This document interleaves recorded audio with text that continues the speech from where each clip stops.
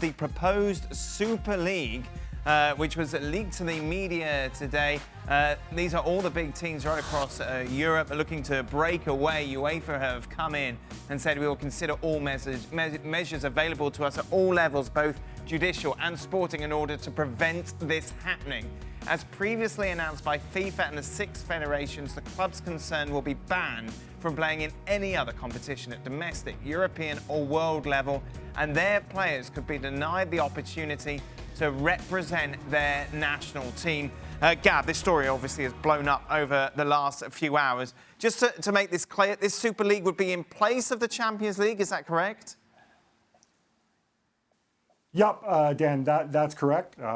Essentially, a number of these clubs aren't happy with the terms, even though they represent the European Clubs Association, which of course is the president is one, Andrea Agnelli, president of Juventus. On Friday, they voted to accept the deal to change the Champions League format that UEFA had put forth, and they hope to definitively approve on Monday. And now on Sunday, we get this information. Some kind of statement from the rebel clubs is expected in the next few hours, which will hopefully shed some more light. And just one other thing I want to point out, that statement isn't just from UEFA. It's from UEFA, and it's co-signed by the FA, the Premier League, La Liga, the Spanish FA, the Italian FA, and also Serie A. So they're really doubling down hard and telling these clubs that the consequences would be very, very serious if they went ahead and did this. You take a look at the clubs, Gab. They're all the big boys that you would associate with the main leagues in Europe. I suppose from their perspective, they will say, well, good luck kicking us out of domestic competition. You need us more than we need you.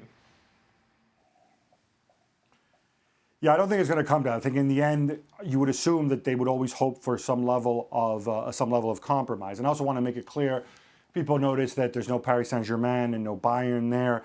That doesn't necessarily mean that they won't be a part of this going forward. There are a lot of hoops to jump through if you want to go and try to do something like this, just simply in setting up and signing contracts and whatnot.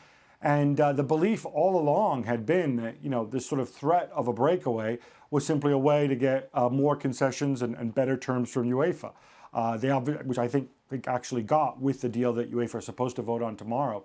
However, evidently not enough for them.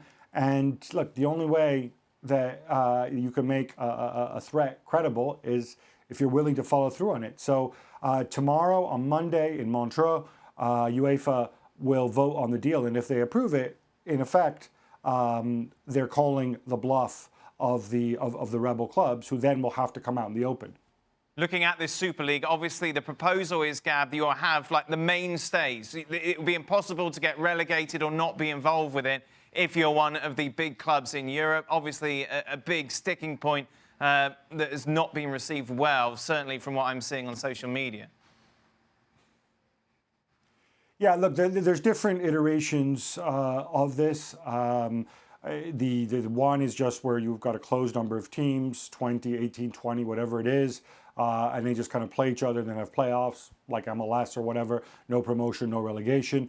You have another version where those would effectively be the founder clubs, and then they might have up to 4 or 5 spots available to other clubs who could join in maybe for a season if they win their leagues domestically or whatever.